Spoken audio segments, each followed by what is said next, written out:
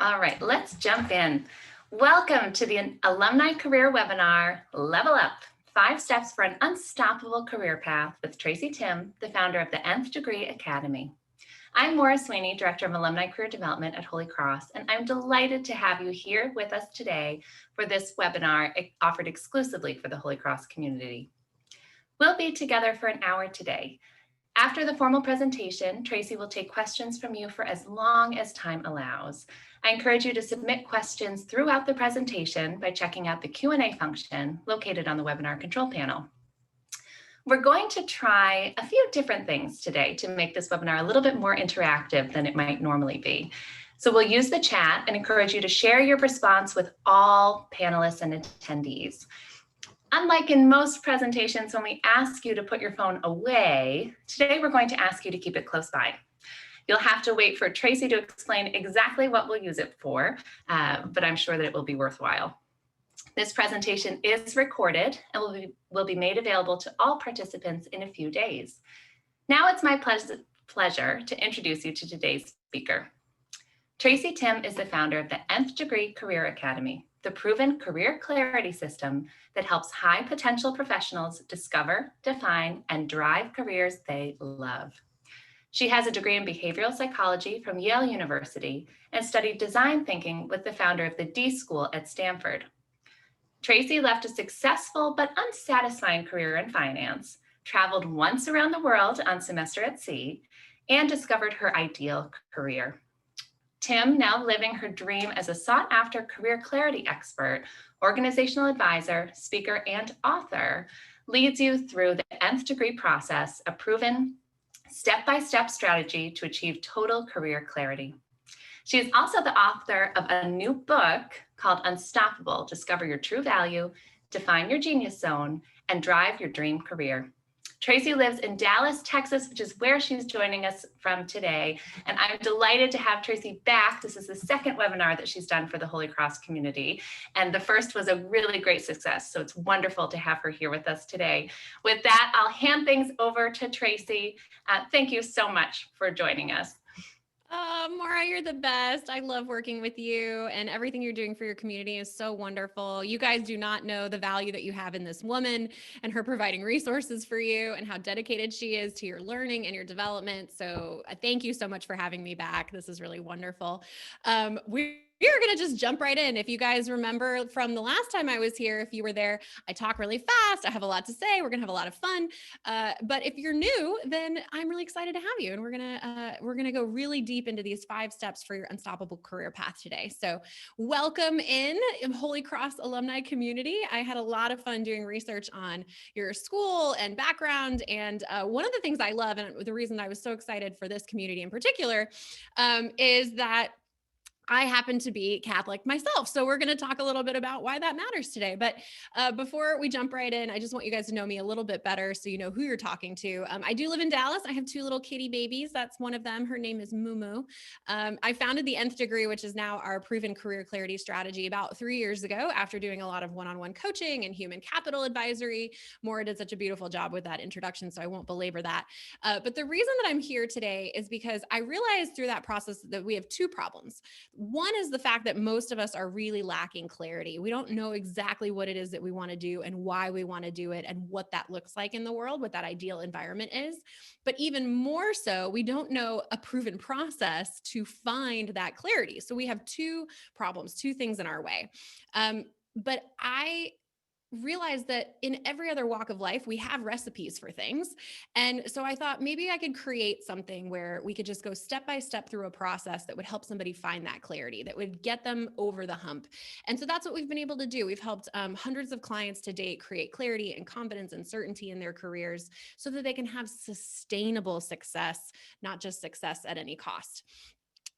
So like I said, I'm super, super excited because you guys are this wonderful Jesuit university and you have these great values like and women for and with others. And fun fact, like I said, am Catholic. And so I share in these values as well. I've always been a big fan of the Jesuits. In fact, we have a Jesuit high school in Dallas here that's right across from where I live. So what's really interesting is that I, as many of you throughout the pandemic, have been watching Mass on TV. I watch actually with this guy. You guys might know him, Father Mike Schmitz. In addition to being super easy on the eyes, he's also an excellent orator. He's so full of wisdom, and his homilies have been a real game changer for me. And it's just so perfectly ironic and wonderful and coincidental that last weekend, just this couple days ago, he gave a homily on life and how we approach life, either with purpose or without purpose. And his quote was exactly this: "Is your life a series of accidents, or is it a purposeful pursuit of excellence?" Again, this is Father Mike Schmitz. This is not me. I wish I had come up with that. But I started to think, you know what? This works so perfectly with career. So many of us live careers that are just a series of accidents, and they could be happy accidents. They could be great accidents, but they weren't purposeful pursuits, actions, proactive, intentional activities moving us towards a semblance of excellence. And so that's what we're going to talk about today. Is if your career has been a series of accidents, that's okay. But today is an opportunity to course correct and to make some changes. So I want you guys, this is going to be your first opportunity to really engage. We're going to do this a lot throughout the presentation. So this is your first time to use your chat function. So get your little fingers ready. And I want you to type yes into the chat if any of these sound like you. Again, this has a lot to do with accident versus excellence. So maybe you've had some career success, but your career has been a bit more responsive to opportunities presented or reactions to circumstances that have been around you, as opposed to being a really intentional, proactive pursuit. So if that's you, I invite you to type yes into the chat. How about if you tolerate what you're doing professionally, or you get paid well to do it, but you aren't totally fulfilled or engaged with your work? So maybe it's okay, but you know that you're leaving something on the table. There's more there for you to do out in the world. Or maybe you do just have that sense of, I know that I'm made for more. I know that I'm made for more than this. And I want to do something different, but I just don't know what that is. I just don't even know what to call it, or where it exists in the world, or what it looks like. Or maybe this is the huge one that we're hearing right now in my business, is that the pandemic has created this catalyst for us to really rethink where we are. It's been a total game changer. We've been shaken out of our comfort zones. Our routines have been rocked. And now we have this white space where we're going, is this really where I want to be? Was this the plan? Is this all that there's gonna be, for my life and my career? So if any of these are you, and you're approaching this daunting challenge, I want you to know that you're not alone, but I want you to really own what your experience is right now. Because if you think that now might be the ideal time for you to take charge of your career path, be proactive and be intentional, then this time together is going to be amazing. I want this to be the best 40 to 45 minutes that you've invested in yourself and your career in a long time.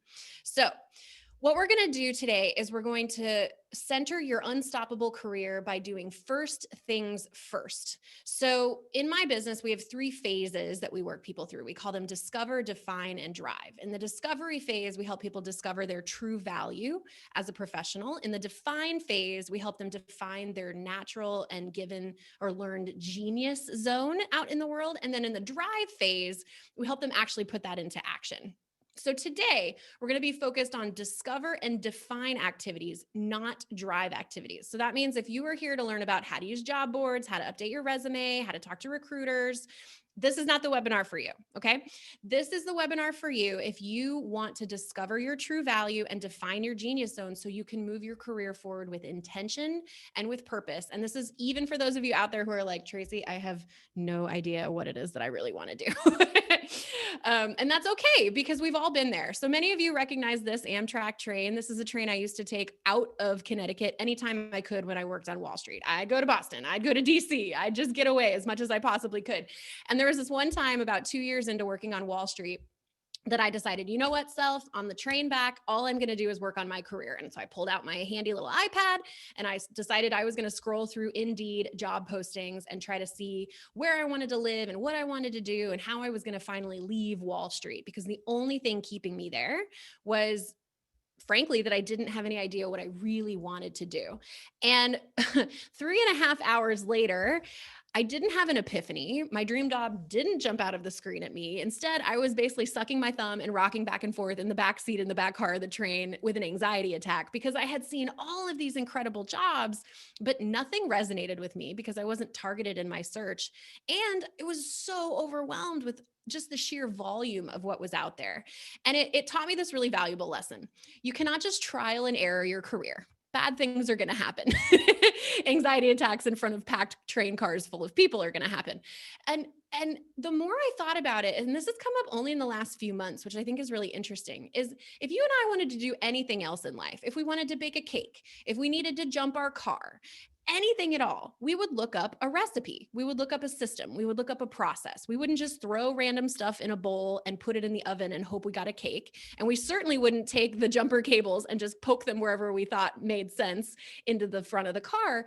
We would look up a proven strategy and a process to do that so we get the outcome that we want as safely and quickly as possible.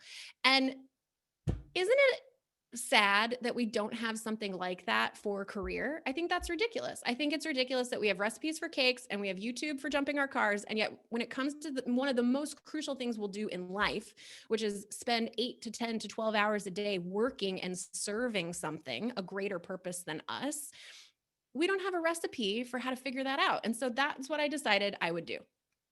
I was going to build a recipe.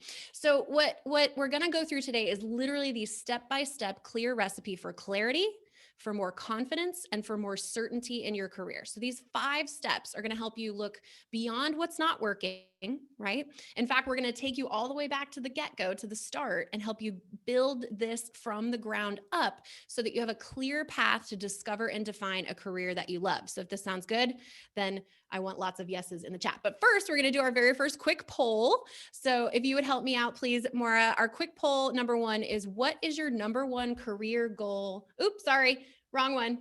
What is your number 1 career goal right now? That's my bad.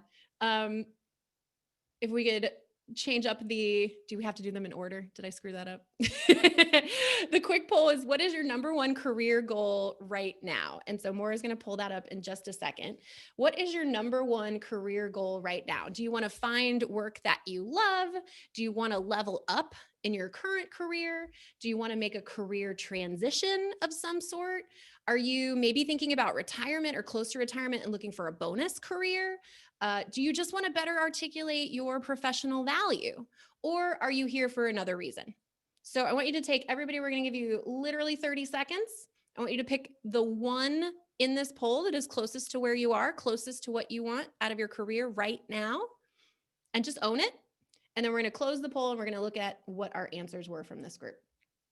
By the way, I'm loving everybody participating in the chat. Keep that up. This is going to be a fun, engaging, interactive time together. So keep it up. And I will be darting eyes back and forth as constantly as I can. So let's wrap up this poll, this first poll, and let's see what we got. All right. So 14 of you, 48%, just want to find work you love. Just want to find work you love. I'm with you guys. I've been there. We've got some people who want to level up in their current career. I would venture a guess that the ones wanting to make a career transition are also looking for something that they love. We got a couple of people here looking for your bonus career. Yay. My mom just retired. And so I have a really great case study story for you later during the Q&A. Better articulate professional value. Okay, awesome. For the one person who wants something else, maybe write in the chat what it is that you're looking for. But we're going to move on because I know that you guys want to find work that you love, and that's the process we're going to get into right now. So here's step number 1. Step number 1 is take ultimate ownership. Now, I'm going to explain what that means. I know what you're thinking, and trust me, if I could do this, I really wish I could charge a lot more for what we do. I know that you just want me to wave the magic wand and do the voodoo mind trick and tell you the exact perfect job for you right away. I wanted that. I wanted it to jump out of the job board screen at me. But the fascinating thing, and I've worked with hundreds of people over 6 years now, is that I can hand deliver this recipe to a person. But if they don't have the mindset that they're worthy, that this will work, that they're responsible for their own happiness in their career, that they're willing to put themselves first, that they give themselves permission to change this area of their life, nothing that we say during the rest of the time that we're together will actually work. Because if you feel like you're doing all the right things, you're working hard, but you're still not seeing the progress that you're hoping for, and you're simply hoping that things will change, nothing is ever going to change. It may sound silly and overstated and trite, but in all the work that I've done with people who are successful, I can tell you this: they do two things. They have a deep commitment to taking ownership for their own experience and responsibility for their own careers. Ownership and responsibility is everything. If you come into this with a victim mindset, if you come into this with, this is never going to work for me, this isn't possible. Sure, Tracy, that worked for you, but you had yada, yada, yada, yada in your background, then you're always going to be approaching the world in a way that's going to confirm that to you, and nothing is going to change. I learned this really early on after I left Wall Street, actually. I met this guy. Some of you may know him. I use him as an example all the time. This is Jeff Hoffman. I met him on Semester at Sea, where I saw him do a fireside chat. And he actually started his career in finance as well. And he was also a Yale grad. So it was a very creepy experience. But what he said was, I was always afraid of the alternative. I knew for sure if I did nothing different, I was going to rot in my cubicle. And I could already draw out 20 years of my life looking exactly the same. And I simply couldn't live with that. And so he took action, he took ownership and took responsibility for his own career, and he left. And he went on to create Priceline and a bunch of other successful companies. And he's a speaker, and he's produced a movie and music, and the guy's prolific. But what he taught me was leading a good life. And in this case, I'm going to just take life out and put career. Living a good career, a solid career where you're adding value to the world, is your decision. It's not a nice to have. It's something where if we're in dead end jobs or we're in a debilitating role and we don't like what we're doing, and you're just there because you're afraid of something, the unknown, deviating from the norm or whatever, then that's something that we need to take individual responsibility for. We have to build a mindset of success and worthiness and responsibility and ownership. Otherwise, nothing will ever change. And honestly, I think that makes us even more anxious than when we started, when we think we're doing something that's working, but it's really not. And it creates the thumb sucking, rocking back and forth job board experience that I had. So the question I want to ask you today is, if not you, who? If it's not you who's going to take ownership and responsibility, put yourself first, put your career first, because it's like putting on your own mask, right? If you're not the best version of yourself, you can't be the best version of yourself for other people. So if you're explaining this away because of your responsibilities in life, I'm challenging you that if you want a successful career that you love, if that's your number one goal, then you can't simply rely on what you've been doing to get there. Right? If you're not already there, we got to change it up. We got to do something different. So today you're going to ask yourself very, very critically, am I waiting for the promise of success, or am I actually making progress towards something, living a life of purpose, towards pursuing excellence? So this is my tough love speech. And after this, it'll be all fun. I promise. After this, it'll be all tactical. But this is the mindset part that we have to get right first, because opportunities come into our lives on a nearly daily basis, right? We're given opportunities to do all kinds of things, to turn left or to turn right or go straight constantly throughout the day. And how we receive them and we act upon them is 100% based on our pre-existing mindset. It's based on whether you believe you have the agency and the permission to make positive change in your life. And if you subconsciously believe that you're not worthy, you're not meant to succeed, or that if you deviate from your path, you're not doing the right thing, maybe it's a disappointment, maybe you're letting people down, maybe you feel like a burden, whatever it is, you're going to pick up on cues from the world that just confirm that belief. The brain likes to be right. It doesn't like to be proved wrong. So you actually interpret the world in a way that already, backs up what you already believe. And the only way to change that is to change your mindset first. You need a success mindset, and you need a system after you develop that mindset for dealing with fear and doubt and other people's doubts and freakouts that come along the way, because they will come. They do happen. I have them on a nearly daily basis. I know that my bio says I'm living my dream, but not every minute of every day is the dream. I have to constantly work through the fears that kept me on Wall Street for 2.5 years, the fears that then kept me into horrible jobs after that, and starting my business and not knowing how I was going to make money. I mean, we're all there. So the mindset piece is the only thing that's going to get you through. And what's really cool about this is Sam. She's my very first client ever. which is hysterical. It's like 5 or 6 years ago. And she was the one who taught me this. And thank God she did, because that was a game changer around here. Her problem was that she had been in finance for about 10 years. She had all this potential and she wanted to put it out in the world, and she hated what she was doing, but she just felt stuck there. And her solution was, Tracy, I've just been looking at job boards. I'm hoping the answer will jump out of the screen. And the day before our last session, she wrote me an email that said, I'm just waiting for someone to give me permission to leave a world where I don't feel fulfilled. And that was when the light bulb went off for her. That's when she finally committed to, if I'm waiting for someone else to tell me when it's time and they're never going to appear, why can't I give myself that permission? So we put her through this step-by-step recipe. And the outcome was that at the end of this 5-week period, and actually it took about 2 weeks afterwards, on week 6, she had 2 competing job offers in an entirely different industry, and one that she's still in today. And she got to leverage those against one another and take the one that she actually really wanted, which is great. This is an email she sent me literally the next day. And the part that I want to point out is, here's offer number 1, here's offer number 2.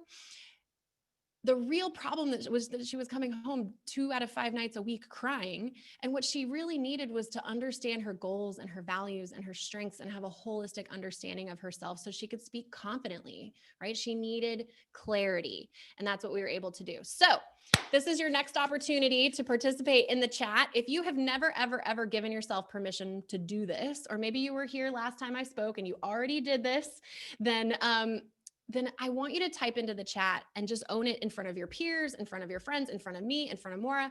No one else is going to see this, right? Who's not here, but type into the chat, I have permission to pursue my ideal career. And let this be the moment where you finally put that out into the universe. Give yourself permission, because no, it's not coming from anywhere else, frankly. And you deserve it. You deserve work you love. So this is a challenge. If you're scared and nervous about this, this is the mechanism. This is the thing that's holding you back. Type into the chat, I have permission to pursue my ideal career. Yes, ladies, I see you. I have permission to pursue my ideal career, or whatever that is for you. I have permission to seek work I love. I have permission to have a great bonus career. I have permission to be, really happy in my complex situation, John. I have permission to pursue my ideal career. I'm so excited, you guys. This is the beginning. This is the important part. If we don't own this part, none of the rest of it matters. And that's why the rest of this time together is going to go by really fast, because this is the meat. This is the important part. The mindset piece is everything. So continue to give yourself permission. I'll keep an eye on the chat, but we're going to keep rocking and rolling with step number 2. So step number 2 in this process is to commit to your values. We call this now in our process. So I know this is going to seem counterintuitive, because the last thing you want to do when you feel uncertain or unclear is set anything in stone, right? We want to keep like an open mind and be open to whatever opportunities come by. So I really want you to listen to this, because it's going to require you to release some of the thinking that may have gotten you to where you are, which may not be a bad place. But if you really want to find work you love, live within your niche, have a purpose in your work, then you're going to have to try to, again, tweak some of this mindset piece. So we're on to our second poll. And Maura, this is the one that we tried to do first, which is, what is your current level of career satisfaction? What is your current level of career satisfaction? This is going to be directly tied to your values, which is why we have this question now. Because I find that people who are miserable at their jobs, hate their jobs, tolerate their jobs, are probably misaligned with their values in some way. And that's what we're going to break down here today. So what is your level of job satisfaction? You can love your job, like your job, tolerate your job, hate your job, or Tracy, I'm just miserable. I'm miserable at my job, which was me. So own it if that's you. So take 10 more seconds. And if you haven't filled out this poll, please do so. Love your job, like your job, tolerate your job. I'm going to have a sip of coffee while you do that, because why not? All right, let's close out this poll and see what we have. All right. Okay. This is interesting. We've got lots of job tolerators. That's the majority of our family listening out there. Some of you actually do like your job. And so maybe you guys are the ones who want to level up or really find something you love as opposed to just, get through. We've got a handful of people who hate and are miserable in your jobs. And my heart is with you. And we're going to get there. We're going to get there together. So let's keep going, because the reason that I find that most people aren't living their value set in their career usually comes from one of two places. The first is that they think, Tracy, in order for me to actually get anywhere, I'm going to have to be open to everything that's out there. Like if I really want to make a change, I can't be so hyper focused and lasered in on exactly what I want to do, because that's going to be really limiting. And I'm going to miss out on something because I'm too picky. And then the other ones are like, great, yeah, let's zero in. I want to do everything that aligns with my core values. I want to live my faith. I want to be with my family. I want to spend time with my friends. I want to travel. I want to have freedom, whatever it is. And then they think, oh God, that's going to leave me with like one or two choices. I'm going to have zero options that are actually going to fit all of that. And even if I do have some great options, they're never going to pick me, right? Everybody's always worried about the scarcity of what's out there. And I love this image of the two things in the grocery store. I almost picked toilet paper just for our, the times, but you guys don't need to go back to that PTSD of no toilet paper. So the big insight here is that I want to show you is that regardless of what you think you're doing, you're always choosing, meaning every decision we make in life speaks to what we do or don't value.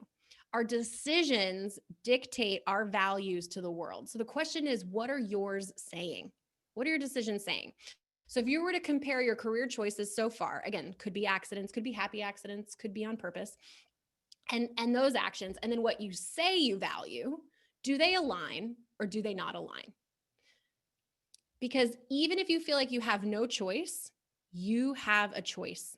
And you are choosing every day. Successful people, sustainably successful people, meaning people who can sustain that level of success for the long haul. So not people who burn out in 2 years on Wall Street, but people who have these long, wonderful, successful, sustainable careers. They create careers that align with their values without compromise. Meaning they've decided what's most important to them. They commit to those important things and they don't deviate no matter what the opportunity is, because they know that that would not be in service of their values, right?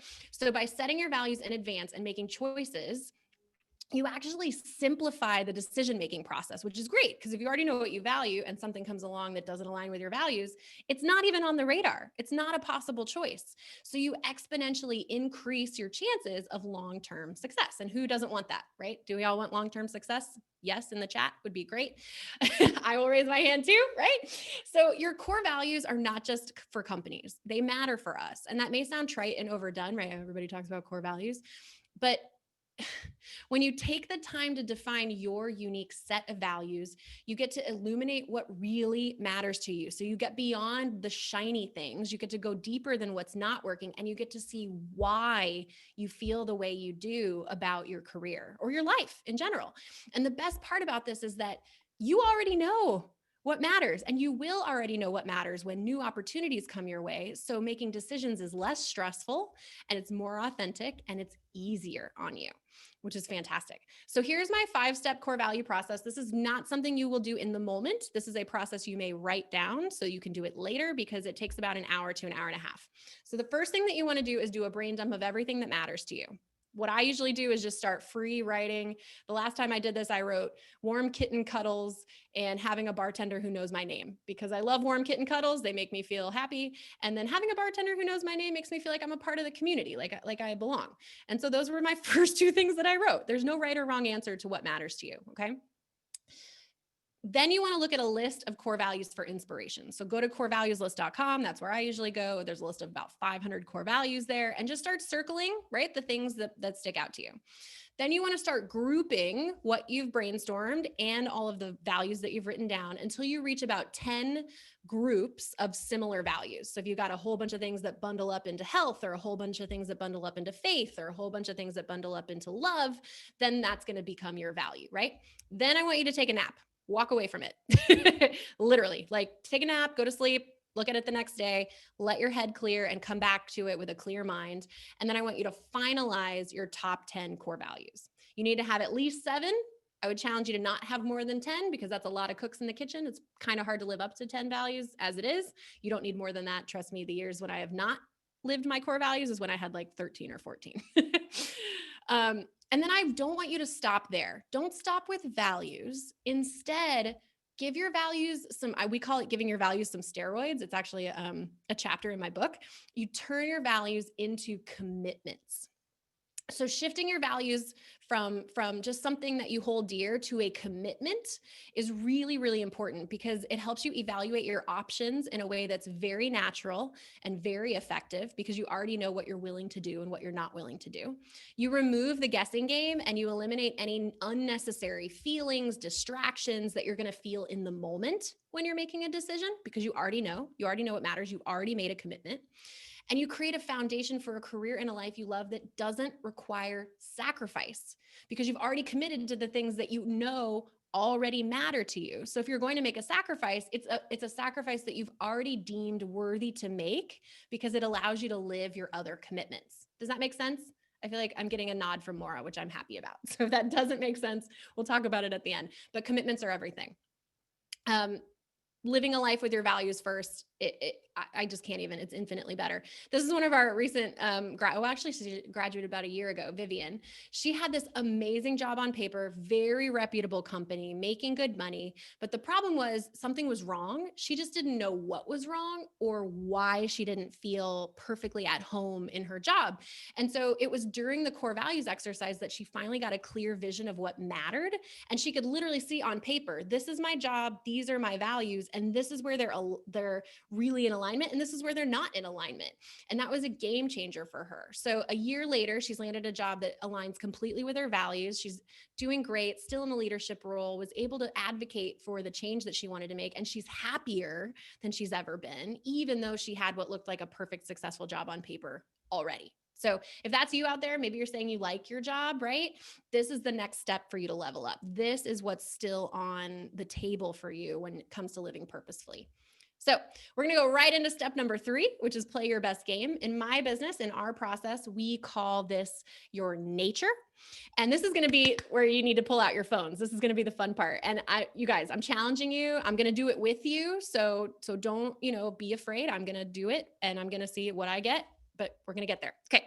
So playing your best game is really crucial to this process. Living in your nature is really crucial to this process because I find that most people get stuck in their careers because they're living someone else's definition of success. Meaning, I know you guys, I am you. I went to a private liberal arts school. I grew up Catholic. I get it. We're high potentials. We're overachievers. We're playing everybody else's game growing up to get A's, to be first chair, to be varsity, whatever. And we do all that to look and feel successful because those are the yardsticks that we're given in childhood, right? That's what we're told is success. But then we go after college and we're looking out at this world that doesn't measure success the same way. And we're trying to do the same things to look and feel successful. And it doesn't work. It's the greatest source of disconnect. It's that, as Einstein says, everybody is a genius. But if you judge a fish on its ability to climb a tree and you force it to live in that environment day to day, it's going to live its whole life feeling stupid. This was Tracy on Wall Street as a fish with Wall Street as a tree going like, if I just work harder, if I just try harder, if I just, care more or whatever. And what a waste of time and energy and focus because I was a fish and I needed a sea, I didn't need a tree. The world's most successful and fulfilled and impactful people find their genius zone and they focus on that. They live in the environment where they have the best chance to succeed at the highest possible level. And I'm going to say that several times.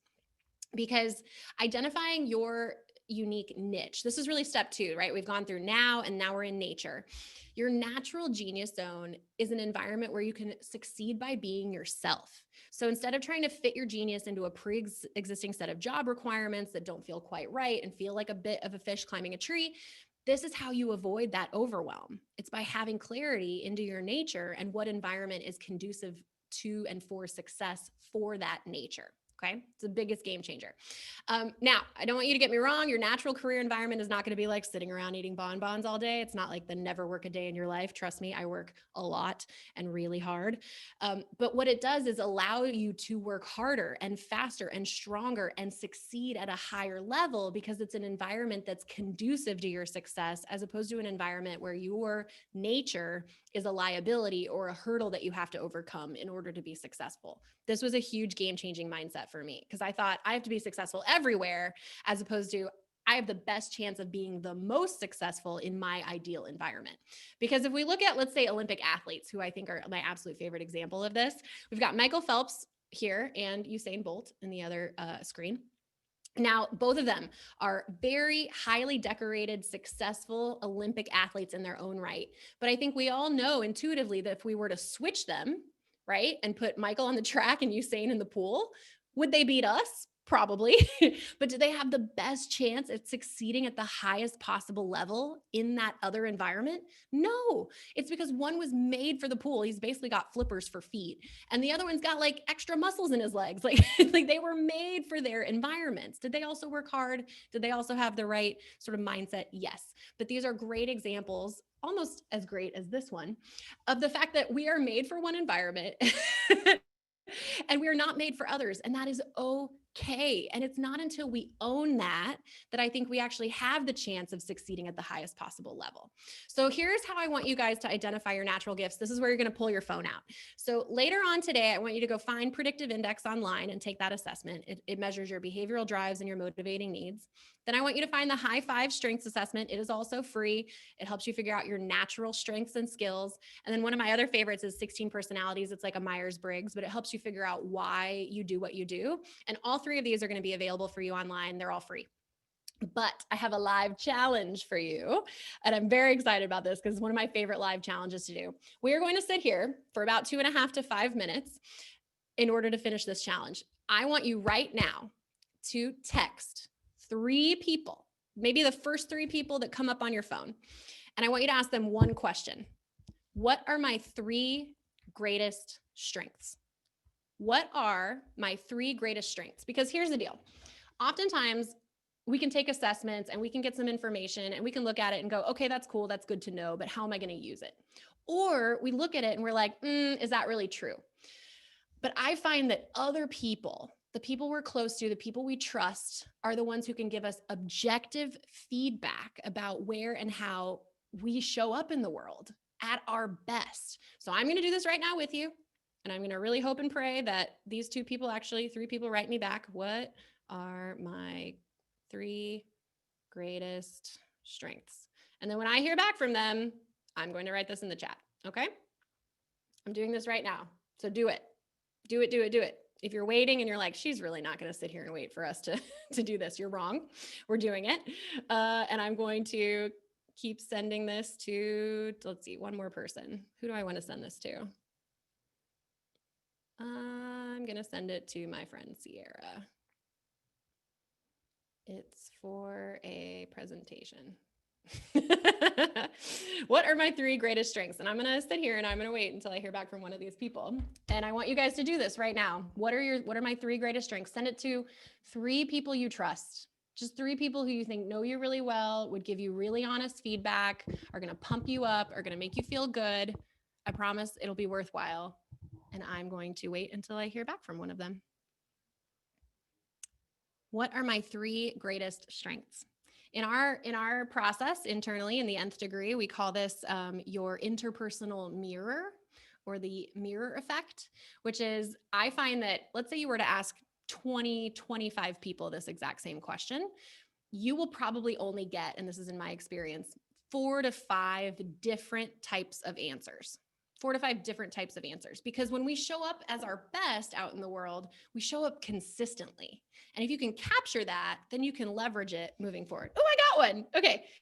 So this is my sweet mom, who's just like fabulous. She wrote performance under pressure, perseverance, which, oh gosh, I'm going to butcher typing, and honesty. Wow, that's so sweet. My heart is so full. Performance under pressure, perseverance, and honesty. Oh, yay. Ariette. Okay, we've got one. So bold/fierce. Go girl. Queen. Persistent and inspiring. Now, isn't that amazing? So let's just use that one example. Bold/fierce. I mean, that immediately I can see that person showing up in a specific environment and adding value. Persistence is 100% a specific type of person who can succeed in a specific type of environment where persistence is required. And then inspiring. I mean, wow, I think about speakers, I think about podcasters, I think about writers, I think about people who are giving inspiring messages out to the world. Oh, I got another one. Okay, Kate, this is great. Communication, empathy. Oh, you got an abundance here, girlfriend. Communication, empathy, kindness, organization skills, patience, creativity. Oh, this is so good. So you already see Kate's a good example here of you're going to get consistent feedback. Empathy, kindness, patience and empathy, communication. All of those things bundle up into a really beautiful strength around being able to work really well with people. That how much more powerful is it for you to go to an employer and say, I asked 3 people what my greatest strengths are, and I got empathy and kindness and patience. And those people don't even know me from work. So imagine what kind of an incredible, empathetic and patient listener I'm going to be at my job, right? Oh, Maura, yay. Relentless to achieve a goal. Yes. Loving and always, whoop, I think I just muted myself.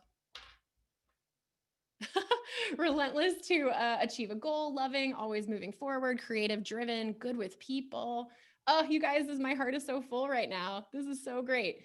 Positive attitude and outlook, communication, attention to detail. How valuable is that, girl? Christine, give me a shout. I have no attention to detail. I'm immediately going, oh, yes. If somebody has told her she's great at detail, then you are. Listening, dedication, creativity. Oh, so beautiful. Persistent, other centric. That's a really cool way to put that. Optimistic. Oh, and strong sense of right and wrong. Oh my gosh, as a business owner, that speaks more to somebody's integrity than them telling me that they have integrity, right? Like that's how powerful these strengths can be. Organized, thoughtful, good communicator. Oh, you guys, this is so wonderful. I got another one from one of my good girlfriends too that says listening, kindly articulating thoughts and oh, she said organization. How funny is that? Sometimes you show up in ways that you don't really expect and people see strengths you have that you may not even think you have. Like how cool is that? And then that's a whole nother world for you to explore. So I want you to keep doing this throughout the day, and write these strengths down and really start to think, wow, is that really true about me? And how could I leverage that in my career going forward? Okay, so we've got about 17 more minutes. I'm going to go probably right up to the end here, and then I'm going to stick around for Q&A as long as you guys want to. So don't feel like you're in a rush if you need to go. I completely understand, and we'll have a way for you to connect with me afterwards. So Nicole is one of my absolute favorite examples of this whole strengths exercise because she came to us feeling undervalued, unappreciated, and isolated in her job. She's like, nobody knows who I really am, and I can't be myself here because despite her qualifications, she didn't feel like she could show up authentically at her job. She didn't think it would be appreciated and that it would add any value.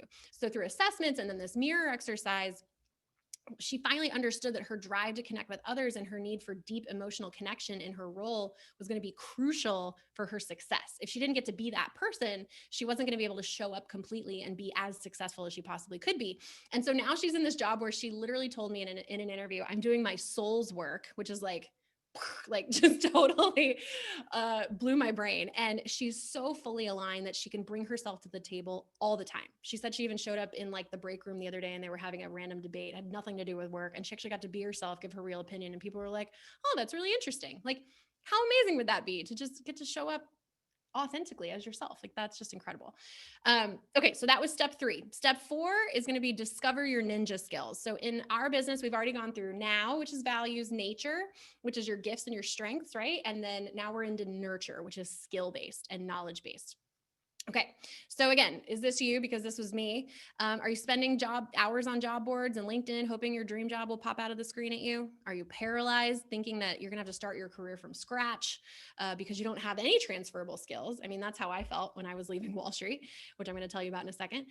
Or are you just terrified of making any change at all because you don't have the experience or the credentials to match up with what you think everybody else has if you were to make a change? So those of you out there who are going, yes, I wanna make a transition, this is probably the most daunting part is, do I have the experience to be relevant and be considered for that role? Every single person I talk to has this same underlying fear. They're like, I'm going to spend all the time and all the energy required to discover this career that's ideal for me, only to find out no one's ever going to hire me because I don't have the certifications, I don't have the degree, I don't have the schooling, and I'm going to have to go all the way back to square one. I mean, if you're being really honest with yourself, I think a lot of people out there are feeling that fear of having to start over completely and having wasted a bunch of time. And I get it, because I tried to go from Wall Street to like helping people find dream jobs. I mean, if there's ever been a greater leap, it's a person who was miserable at their job going, I think my dream is to help people find their dream jobs. You know what I mean? Like but what I didn't realize is all my experience being unhappy was hugely valuable and beneficial to people who wanted to be happy, because I knew all the things that they didn't want to do and could help them get there faster by avoiding the mistakes that I had made. But I was undervaluing my experience. And it wasn't until I left my job and met this incredible woman. So this picture is from Cambodia. It's not mine, but I met this woman in Cambodia, and so this is in honor of her. She ended up being this incredible mentor who taught me this nothing is wasted mindset. And this is step 4, because when you're faced with a transition, you have, again, another mindset choice. You can choose to see your previous experience as wasted time because it doesn't fit into this mold that you think it should, or you can dig deeper into the root of each of these experiences for the knowledge, the skills, the expertise, the transferable stuff, if you will, right? Transferable skills are back. This is the thing again.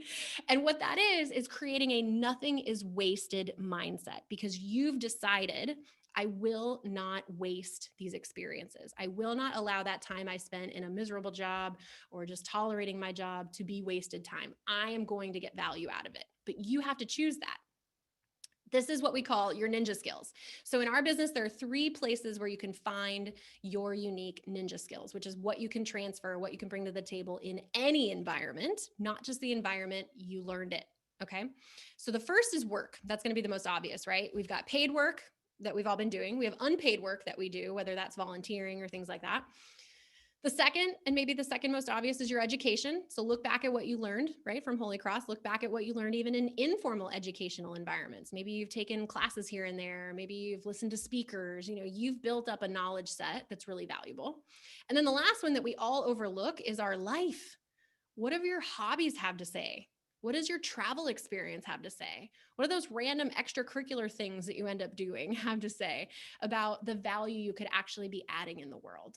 And are you leveraging that or not? We've had clients who literally have hated every job they've had, didn't want to do anything related to their education. But then when we force them to look at their life objectively and critically, we're like, oh, that's my source of inspiration. That's where all the things I love live. And if I can do those things professionally, right? It doesn't mean that like if you love playing guitar, you're going to go be a professional like singer-songwriter, but it means that we're going to leverage that musicality. We're going to leverage that love of performing maybe, right? It's pulling the puzzle pieces out to see what's really transferable and viable for you.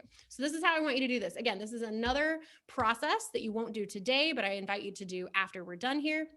So how to transfer your skills. First, you're going to list out all 3 of those areas that we just talked about: your work, your education, and your life experiences. I would invite you to have like 3 separate pages. One is work, one is education, one is life experiences.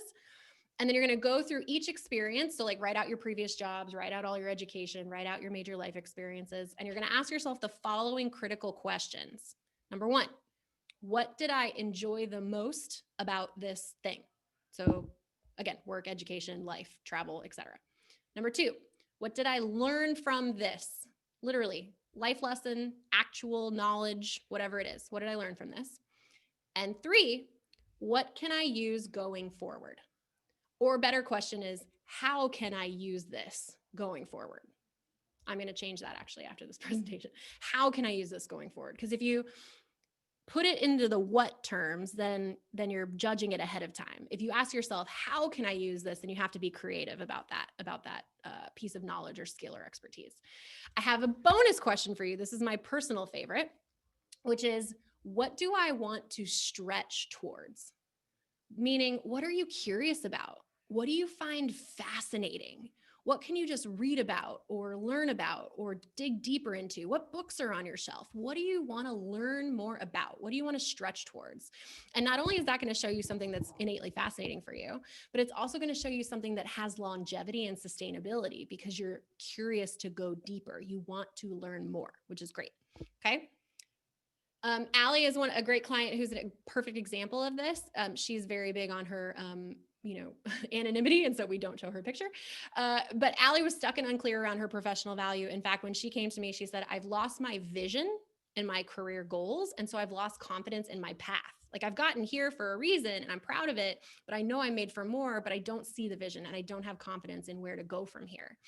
And it was only by analyzing her expertise and her experience that she realized she was already qualified for jobs better qualified for jobs than she even believed. So what literally happened 2 weeks after she graduated from our program was that she leapfrogged over a role from which she had been rejected into an even higher role, had two competing offers from different companies, got them to barter against one another, got a $14,000 raise. And this happened a couple months ago.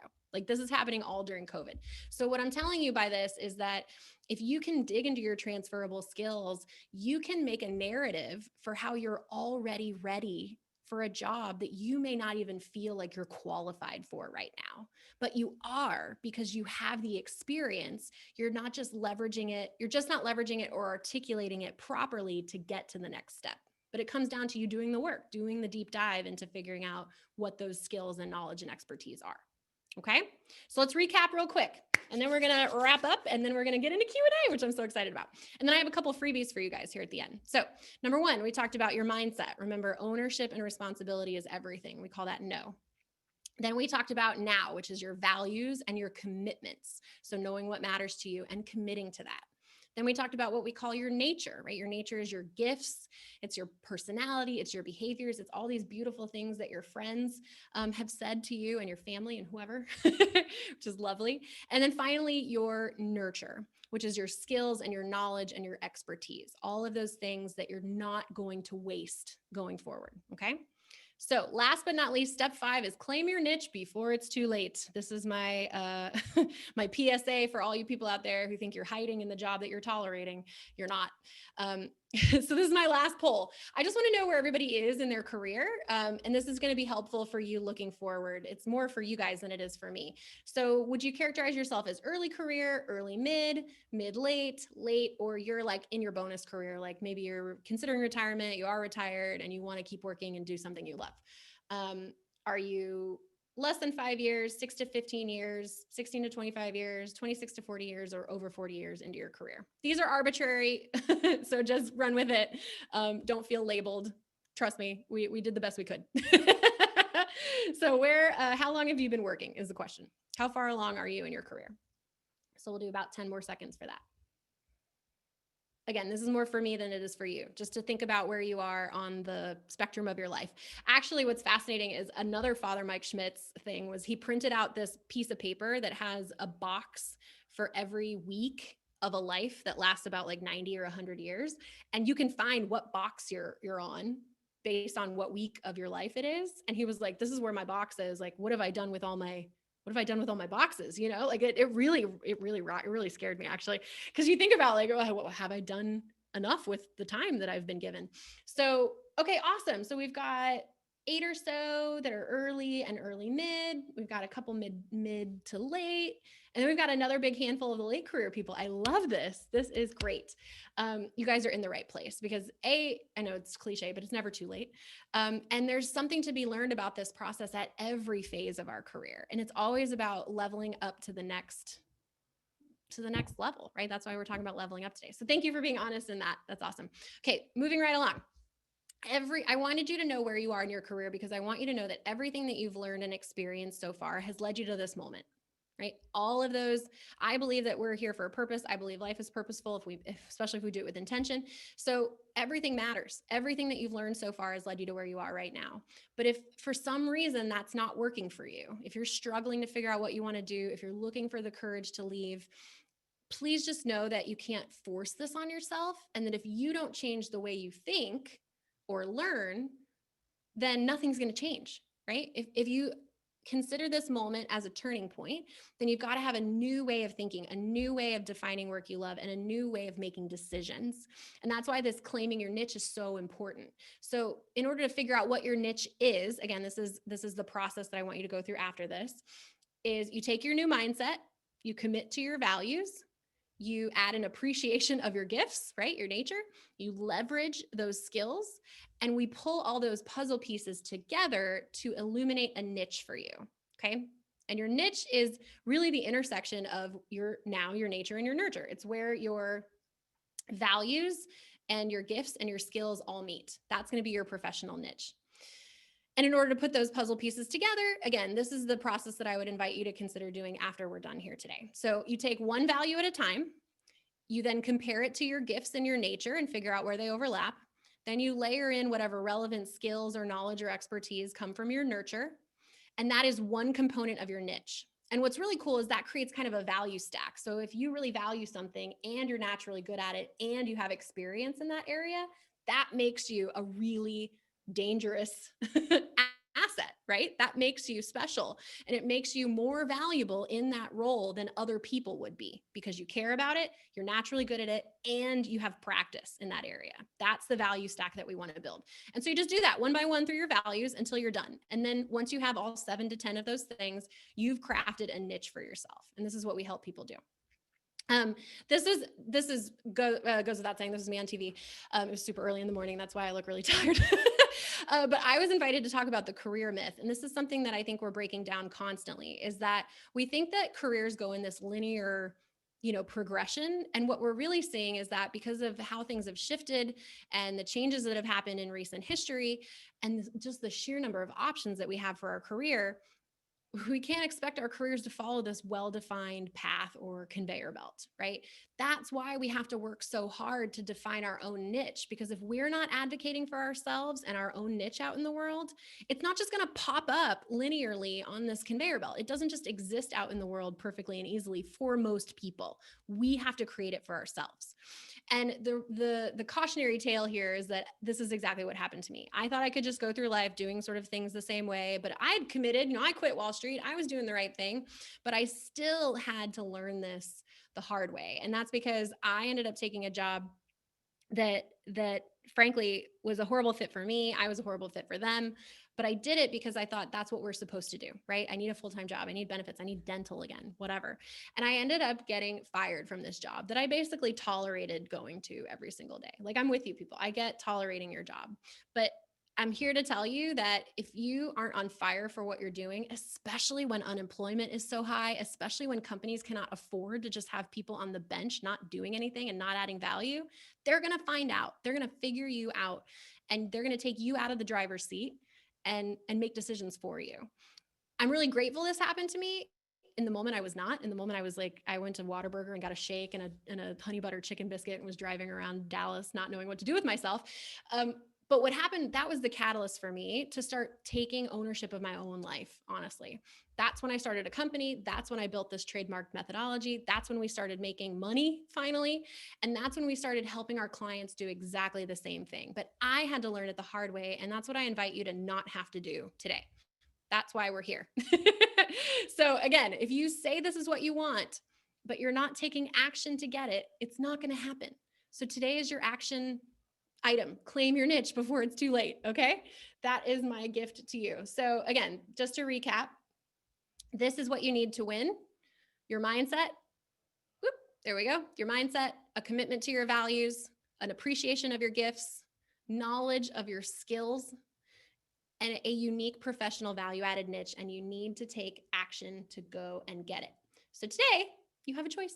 This is what you get to choose. Am I going to go left or right? Am I going to take action, or am I going to keep doing things the same way? I have 2 quick things that I would love to help you do this with. The first is that we actually have a handful of slots that we've opened up for completely free 50-minute clarity call conversations with you guys. Whatever your challenges are, I think we've seen them as a team and we worked with hundreds of people just like you. So if you want a voice and an ear to help you through this process, that's what we're here for. It's completely free. The session's going to be just to help you discover what's keeping you stuck, to determine the next best steps for you. If we're a good fit to work with you and help you through this process, happy days, we'll figure that out. But again, it's 100% free. So if that's interesting to you and you want to grab time on our calendar, you can do that in one of two ways. You can hop on this QR code, which I mean, who's been to a restaurant lately where you've scanned a QR code and like not had a menu to touch? I feel like QR codes back in its heyday. So you can scan that code, or you can just go to tracytimm.com/clarity and you can get your free career clarity strategy session there. Again, no pressure here. If it's a good fit for you, great. We're only going to have so many slots available because it's, close to the end of the year. So do take advantage of it today if you want to. The second thing, Maura, if you'll allow me to make this offer to everybody, is that I would love to send you guys a copy of the book. I would happily sign a copy of this book for you, but you have to order it in a very specific way. You have to order it directly from me. So you can either go to tracytimm.com or tracytimm.lpages.co, whatever that says, or you can just scan this QR code. And what'll happen is you'll purchase a copy of the book, but I'll be able to send it to you directly with my signature in it. And then you'll also immediately receive the first 2 chapters via email. So you can get started reading it before it even gets to you. And then you'll get a pretty book with, your name in it and my signature, which apparently people want, which is the thing when you're an author. Who knew? But I'm very proud of it. And if you would like to get a copy for yourself or for anyone else in your life who is struggling, I invite you to do it there. So again, I'm so grateful and honored to be here. I'm more than happy to take Q&A. Love Whataburger. Love that. I'm more than happy to take questions as long as Maura will allow us to keep this webinar open. Again, you can get a signed copy of the book if you use the QR code on the left, and you can book your free career clarity call with us if you use that QR code on the right. And then for any of you who have one-on-one questions that maybe you don't feel comfortable asking here, whatever, I'm super active on LinkedIn. That's the easiest place to find me. So connect with me, shoot me a message, tell me that you were on the webinar, and we'll get connected. Okay. Thank you so much for having me. Maura, you want to open it up? Awesome. Yes, I do. This has been tremendous, as I knew it would be. Oh, no, I don't think I can. Every conversation I have with you. So thank you very much. We've got a number of questions that came in from registration. So I'll kick off with those, and then we can move over to some of the live questions that people have. So by all means, if there's something that you're still working through or questions that you're still asking, now is definitely the time. We have until a little before 2:30, because then I know someone else is jumping on this Zoom account. The first question, and this leads to, or it touches upon what you talked about of, being in finance and making a huge shift. Someone else says, I know what career area I want to be in, but it's a massive departure from where I am. How do I do a career 180? And I guess maybe, because that's kind of a huge process, what would you say is maybe the first step for someone who's decided, okay, I know what I want to do. Now, what's the first thing I should do to help myself get there? Yeah. So there are a couple of challenges when you're making a big transition, not the least of which is how it looks to everyone else, right? Meaning if you're going from, A to Z, it's your job as the professional who knows that this is what you want to do to tell a good story, create a narrative of why going from A to Z makes sense. It may not be obvious to everybody else, right? Because it is you called it a 180, right? Yeah. So it's our job, it's incumbent on us as the asset, if you will, to make the case for why that's right? Yeah. For why that's true and why that's a good choice for us. So I think the first thing that you have to do is, or that you have the opportunity to do, I don't like to say have to do, I think it comes from my coach. The first thing that you have the opportunity to do is start to craft that narrative for yourself. Because you have to believe it first, right? You have to believe that it's possible, that it's right for you, and if there's any question in your mind, that's going to create question in someone else's mind. So create the narrative for yourself first. And then you have to start to ask yourself, okay, if I was just to explain this to any person, anybody who wouldn't understand what I'm trying to do, how would I explain it? Why do I want to do that job? What makes me relevant in that industry? What about my nature is going to be better leveraged there? What about my value set is going to be better lived there? How can I think this goes really back into the nurture piece, probably the most, is what about my previous work experience, education, life experiences makes me not only relevant in this new industry, but a really strong asset. somebody who would be chosen over another person who say has been in that industry for a lot longer, or in this case at all, right? So I think step one is to really begin to craft the narrative of making that transition and why it makes sense, so that when you're in informational interviews, actual interviews, you're networking, you're maybe retooling your resume or you're updating your LinkedIn, you're making a cohesive story for other people to make sense of. Yeah, that's where I would start. Yes. Well, and I think I appreciate that. And I think that's really helpful because it kind of goes along the lines of everyone always saying like, oh, you can't expect people to be a mind reader. And so certainly if you're making that big of a shift, they don't see the inside of your mind to know why, you as the same person are a great fit for these two totally different things. If you know it in here, you do have to connect those dots for people because you may have been thinking about it for a few years, and for everyone else, It's brand new. Yeah, you're exactly right. And you're going to have to at some point tell the story in a compelling way, a compelling enough way to be hired, right? So starting to craft it now makes sense. Yeah, that's great. That's great. Another question here. Someone says, I've been home with my kids for 8 years and beginning to think about getting into something new.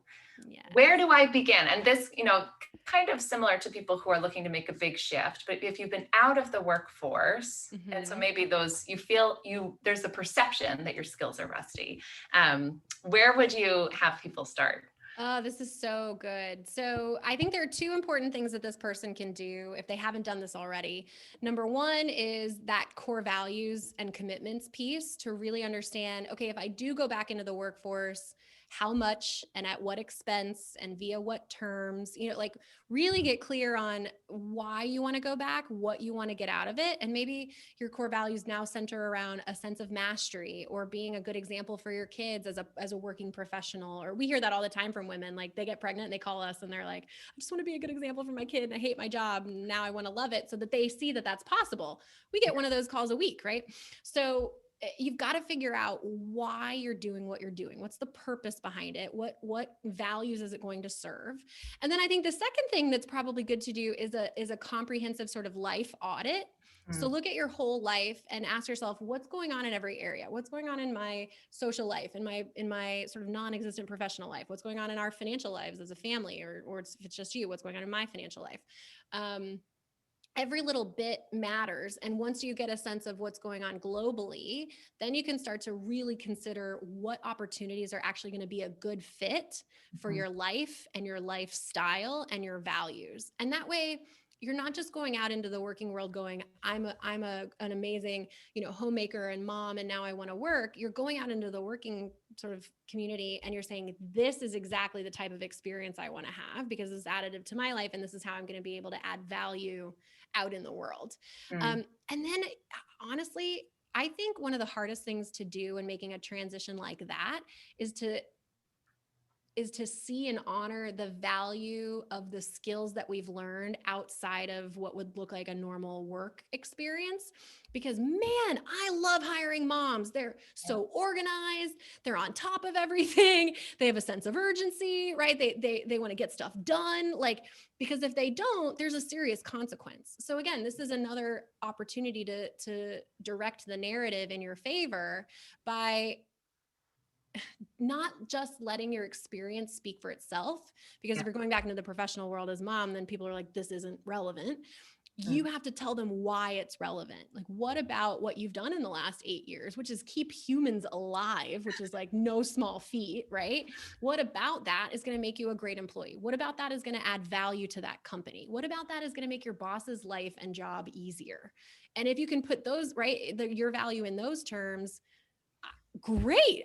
I mean, but you can't assume that they know that those things are valuable, right?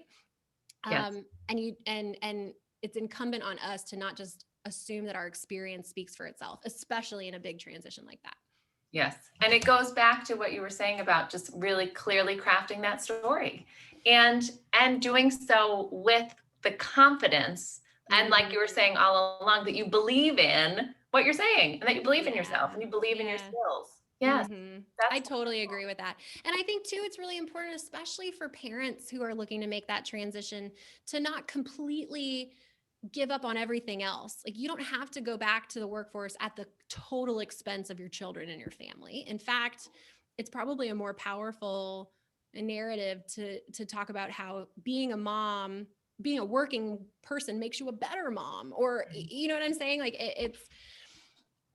there's so much black and white and all or nothing thinking, I think, when it comes to our careers. And there's too many, especially women, I'll say, who hold themselves back because they think that being a mom is not going to make them look like a team player, or they're willing to go the extra mile or whatever.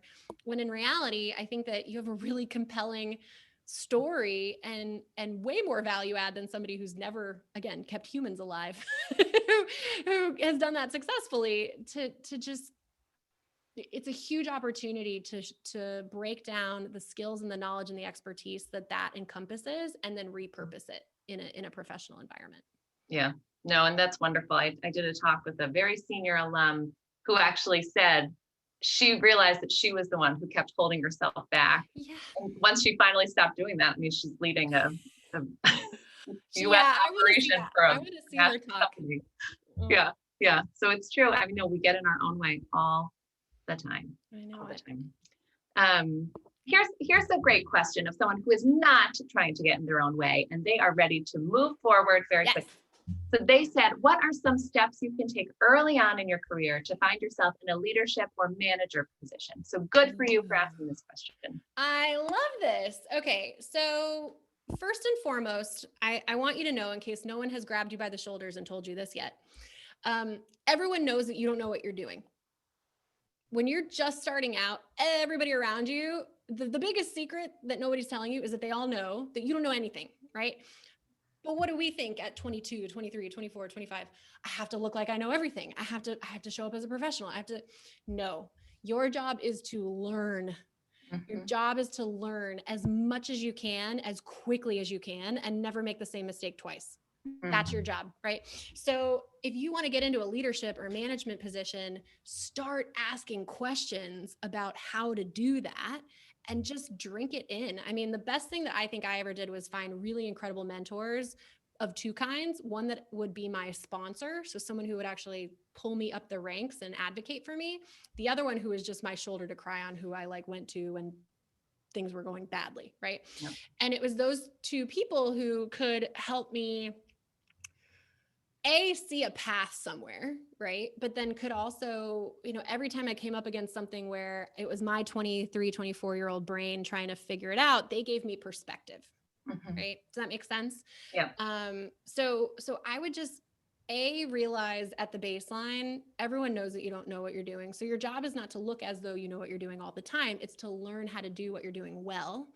And then I would also say, and this is in my experience so far as a business owner, that just because you're great at your job does not mean you're going to be a great leader or a great manager of other people. If that's your goal, then you need to learn how to deal with people. You need to learn empathy. You need to get really good at some kind of behavioral assessment, so you have a common language to talk to your people with. You need to care about what they care about. You need to care about their dreams, not just whether or not they did X, Y, and Z project well. And that, if you're not naturally a people person, is going to take work and effort. And even if you are naturally a people person, managing people and being friends with people are two totally different things. I'm here to tell you that firsthand. So you're going to have to learn, which means you have to invest in yourself. If your company doesn't provide professional development as far as leadership and managerial training goes, then you need to go seek it somewhere else. And there's tons of great Coursera and Teachable and all kinds of cool free resources online for that. And then there's some paid ones that are really good too. Yeah. And I will underscore that a million times over, that I always, and I think one of the biggest, the things that I find to be the most unfortunate about the way people perceive success is that in order to be successful, I have to lead a big team when, as you talked about, Tracy, it might not be within your genius zone to lead people. Your genius zone might be doing something else.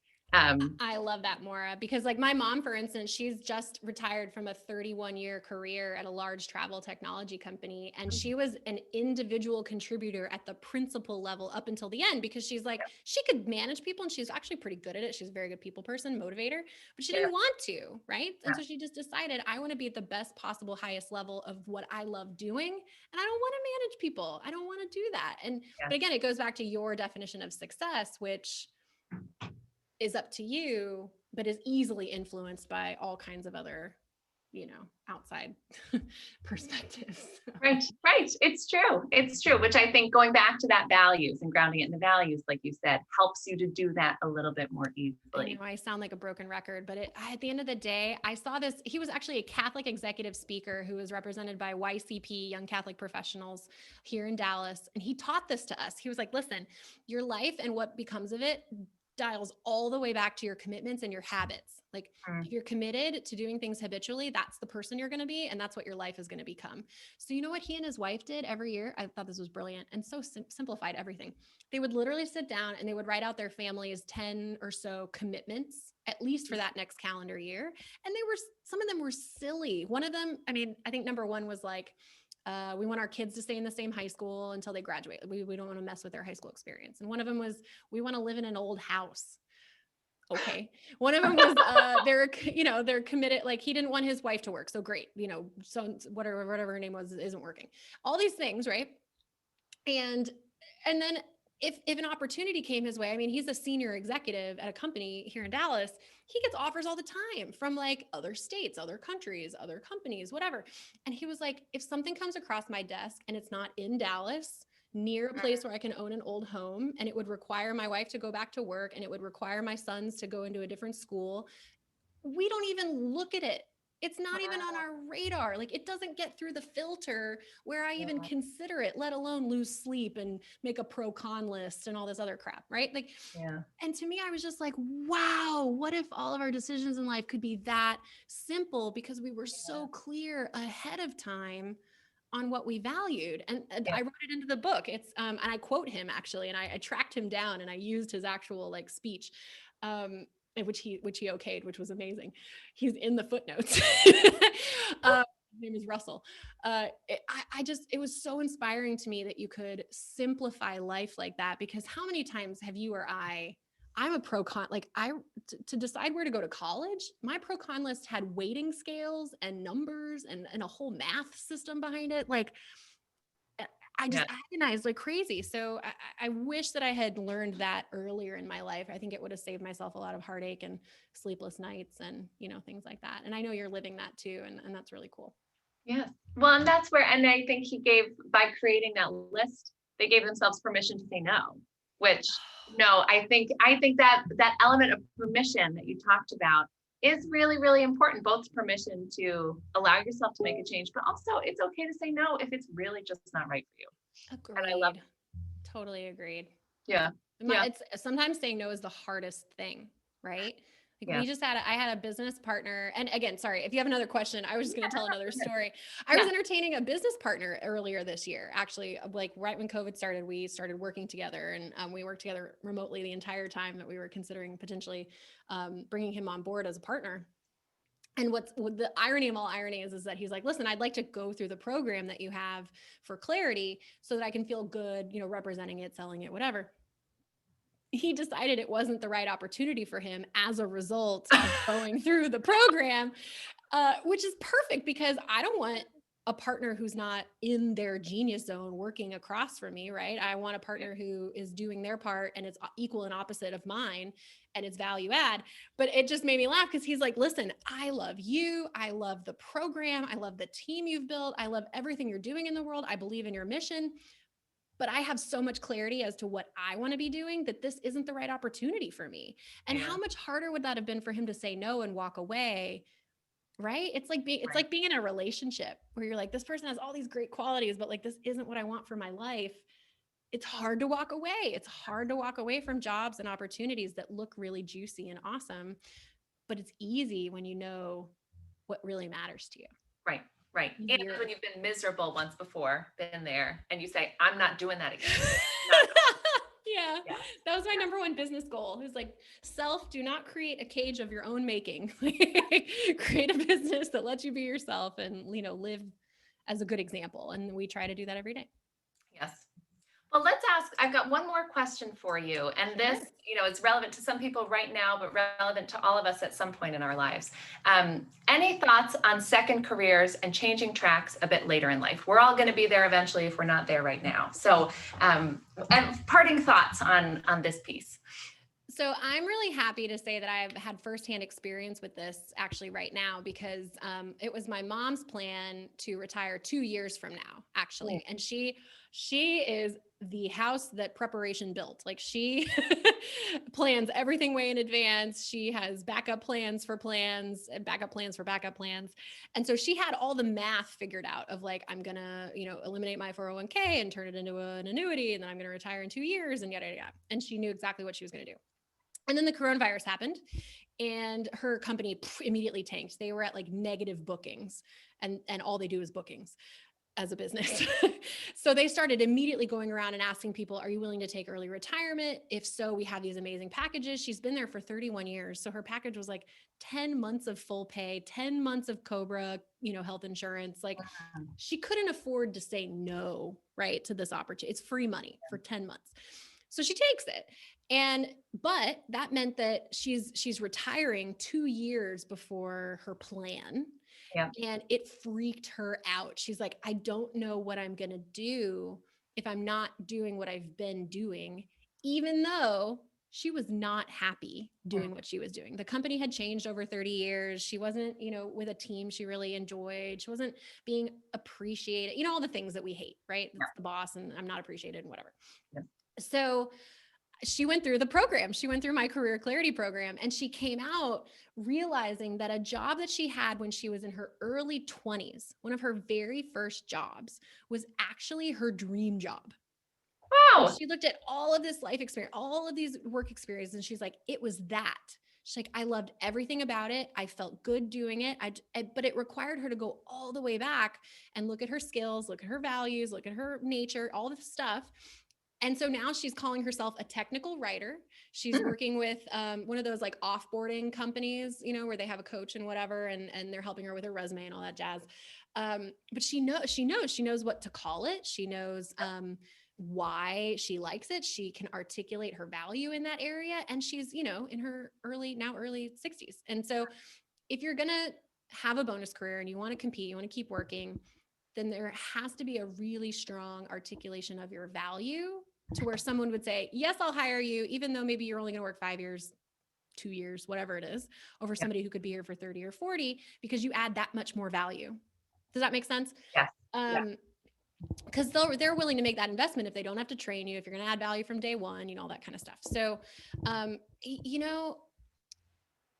especially for professionals who are getting into their mid and late career, I find that they have so much more to draw from, right? It's one thing to coach a 22 or 25-year-old who's had a job, and another thing to look at this person with all this life experience who just needs to own what they want and finally has maybe the wherewithal or whatever to say, I'm not going to do that anymore. Like, that's her favorite part, is she's like, I'm 60. I'm not going to do that. Like, and she doesn't have to like say sorry to anybody. So I feel really strongly about working with people well into their 50s and 60s and 70s, who the oldest person who's gone through our program was 66, 67. Because the will to work and the will to have a purpose in your life, that's why, people in Japan who have ikigai live into their hundreds. It's because they have a purpose for each day. And that's, frankly, if we're getting really into it, that's why I've always been afraid of retirement. I'm like, who wants to just do nothing? Like, so I feel really passionately about that. And I think it just goes back to the process we went through today, which is get back to your values and what matters and what you want right now in your life. Get a really solid understanding and honoring of your nature, where you exist in the world in a natural way that adds value. And then take stock of all the things you've done in the past and figure out which ones you liked the most and which ones you have the opportunity to add the most value doing. And it's that combination that's going to be unique for every person at every phase of life that again, like you said, if we're not there now, we're going to be there eventually. That's why the process that we teach in the Nth Degree is an iterative one, Mhm. because I go back to it once a year. I mean, I redo this every January to Yeah, figure out where the business is going to go. You know what I mean? yeah, So I yeah. think senior professionals have an opportunity to do that in a really powerful way because they have so much more value to draw from, which is really cool. Yes, yes. And I think I mean, no, there's no better way to wrap up this incredibly inspiring and motivational conversation. Thank you, Yay!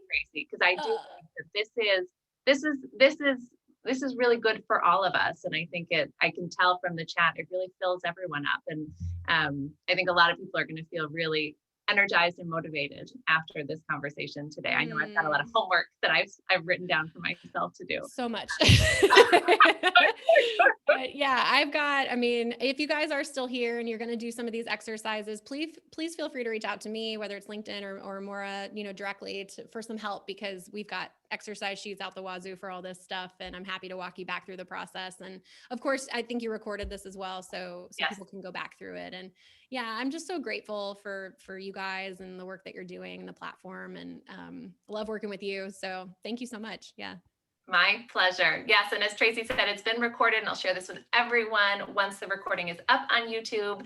A survey will pop up after this closes, so please share your advice. And I always love good advice for new topics and different speakers to bring forward. But again, thank you, Tracy. It is always a true pleasure to get to talk to you. And thank you all for joining us today. I love every opportunity to connect with the Holy Cross community. So enjoy the rest of your afternoon. If it's as beautiful outside where you are as it is where I am, then please go out and take a walk.